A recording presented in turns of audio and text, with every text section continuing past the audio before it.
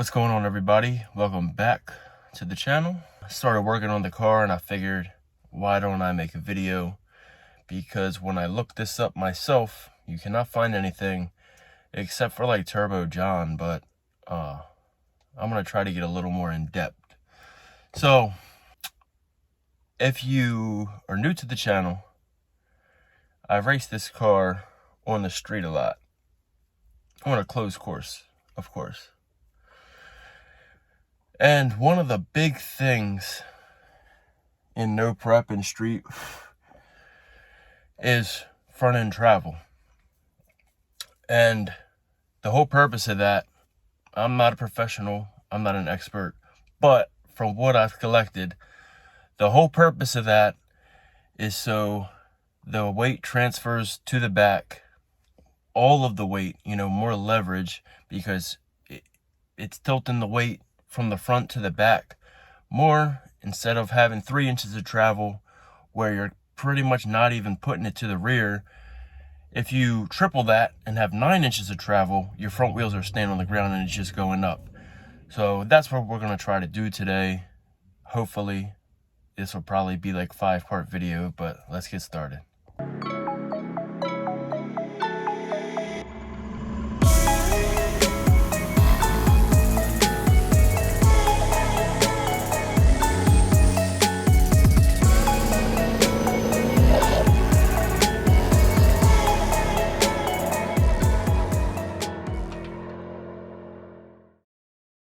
And also, I've realized after watching a bunch of videos from street testing and all that, it seems like as soon as my car tops the front strut out, that's when the back tires break loose and it just shakes the tires and pretty much ruins the whole pass. So hopefully, with it being gradual and a slow, fling, I guess you could call it, it'll just gradually go and roll out and get better times. That's the main goal of all of this.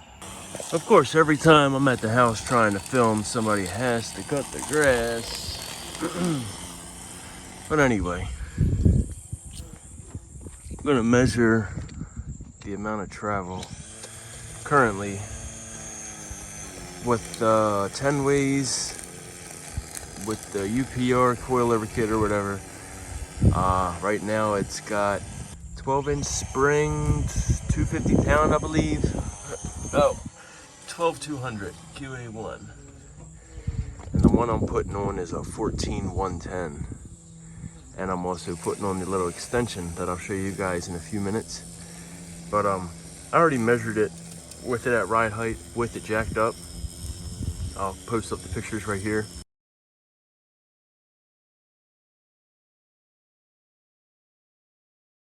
But for a comparison, while I do this, I'll just do the bottom of the fender to the tire.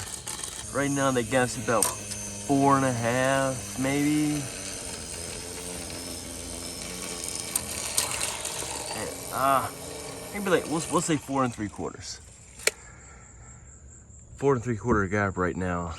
And if I could make that gap 7 3/4 or 8 inches, I'd be stoked about that, but we'll find out in a little bit. So pop this wheel off real quick. This heavy race star. Well, I did this all the way backwards. I undid the top nut first, so it just fell down a little bit, but we're gonna pop these off real quick. These were the spacers that were on top of the camber plate, so I have a lot of room to go. So this is the strut spacer that I'm gonna be putting on. Really nice machine work. Sorry, but please don't ask where I got this. It's kind of a secret because the guy doesn't want people blowing them up for him. I was lucky enough to snag some, so it all worked out. I've had these for a long time. So this piece goes onto the strut, and this goes through the camber plate. And it adds about, I'd say 3 inches or so.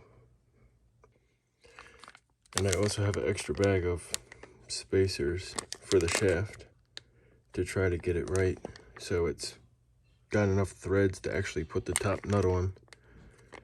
So we're gonna have to play with it a little bit. I don't want too much and blow the ball joints out or have to mess with the bump steer. I'm just taking a quick 5 to cool off. It's so hot out there. And I will go out there and get them together. It's gonna be hard to film. So I might just show you how it's done. I might not show you how to install it because it's a little too much right now. I don't have my tripod, but you guys will get the idea. So if you weren't really understanding what's going on, if you look on top of the strut coilover, that's where I screwed on the spacer. That's where it's going to add some travel. And then it goes right into the caster camber plates in one piece. Makes it a lot easier too. All right, so remember before it was 4.5 inches. And now it's almost 9. So we pretty much doubled the amount of travel just by adding the strut spacer with a softer spring, which doesn't do anything, but the spacer did all that. It's pretty crazy. I really wasn't expecting that much. But hey, I wanted travel, so I got travel, I guess. Well, I figured let me make an outro real quick before it starts raining, like always. But I'm very happy with the way this turned out. It's actually a little too much. I know that's crazy, but it is. If you look right here, I mean, for one, the angle of the bump steer is pretty bad, but it's good. It doesn't really look like it's bottoming out. But the ball joint, hold on, let me put a flash on. As you can see, it's pretty squished compared to that one. That one's pretty straight at full droop. This one is squished, so I can't even turn my steering wheel, and that's just with one side done. So I got 2 things I can do.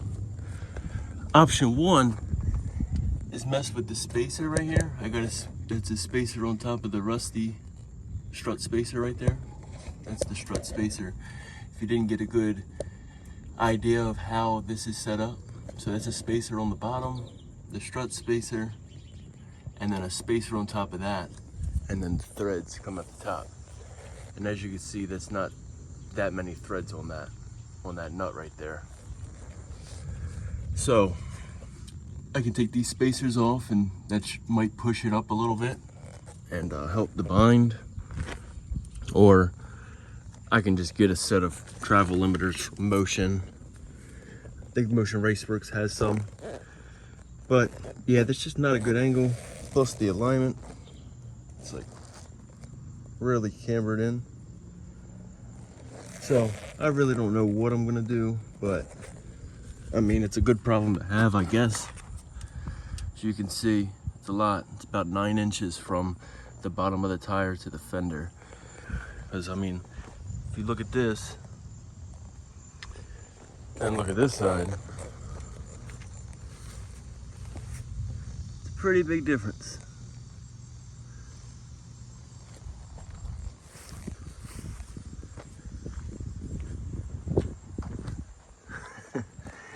I mean, it's probably not as much travel as some of these other guys have, but I'm nowhere near that level, so I don't need that much. I just could see in my videos how it was topping out and making the rear tires unload, so that was my issue with it. But overall, I'm pretty happy. I'm gonna start on this side next. I've been messing with trans stuff, which that'll be in my update video coming out next week. Just trying to get everything squared away. I'm still waiting on the converter from PTC. Seems like they're playing around, or I don't know. It's been double the time that they said for turnaround time, but whatever. I mean, no big rush. It's not like I'm ready to do this converter swap anytime soon anyway. I just want to make sure my stuff's getting done. But that's all I got. I mean, I've had a lot of messages, a lot of people interested in this setup, and I'm not the first, and I definitely won't be the last. There's a company making them right now. I believe it's Damned Race Cars, DAMB Race Cars on Facebook. The guy's name's Nick. He posted it. I've had these strut spacers for probably half a year or more. I just haven't put them on yet. So like I said, I'm not the first person. Turbo John did this first, and people just kind of took that idea and ran with it. People were doing it before that as well, but if you're on a budget like me, clearly it's the way to go. Some of these aren't as nice as this one. This one's machined. It's got holes in it for a set screw so it can lock. It's a nice piece. I think I paid $250 shipped for the set. This guy Nick has them for $150 shipped. So I mean, it beats paying $2,500 for some long travels. And I mean, I'm not saying these are better. These aren't even close to as good as the long travels like the TRSs and all that. The good thing about them is they have the no prep valving, and you can also use them with like a radial. Tommy and Billy, they used it on the Falcon, and they tightened down the front so tight that it looked like it had like a half an inch of travel on a radial. That's really what you want when you're doing the radial stuff. So I mean, it's 100% worth it, but $2,500, I could buy a lot more other stuff with that money. Hopefully this helps you guys understand a little more. I do want to clarify something just so people can understand. This doesn't give your strut more stroke. It's the same amount of stroke. It's just spacing it up, for me, 3 to 4 inches. And what that's doing, that's allowing you to put the rod further into the strut at ride height.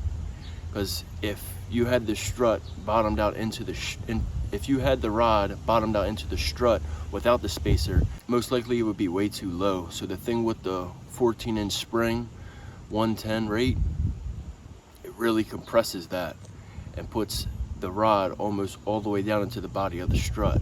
So that means when it comes time to transfer the weight, you have the body, or you have the rod coming out of the body, and you also have the spacer that's adding the travel on top. So it's not making any more separation, it's just spacing it out more.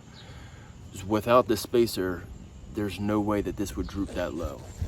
Without the spacer, the tire would probably be 3 inches higher, and that was a little bit more than what it was. But I feel like I'm rambling now. If anybody has any questions about it, hit me up, Instagram, Facebook, whatever. I'll let you know. Hopefully I didn't overcomplicate it. Like I said, I'm not the first and I won't be the last. I just wanted to get in more depth with it. Some people are doing it, but they're not really talking much about it. So, hey, if this helps a budget guy like myself, this video was worth it, especially being out in the storm. Raindrops have been falling on me. So, let me wrap up, let me clean up everything, and I'll see you guys in the next video. It's gonna be a little update. Just wanna keep you guys up to date. It's boring stuff, but you know, it's also good for me to look back and see the progress and all. But have a good day, guys. Hopefully it's sunny where you're at.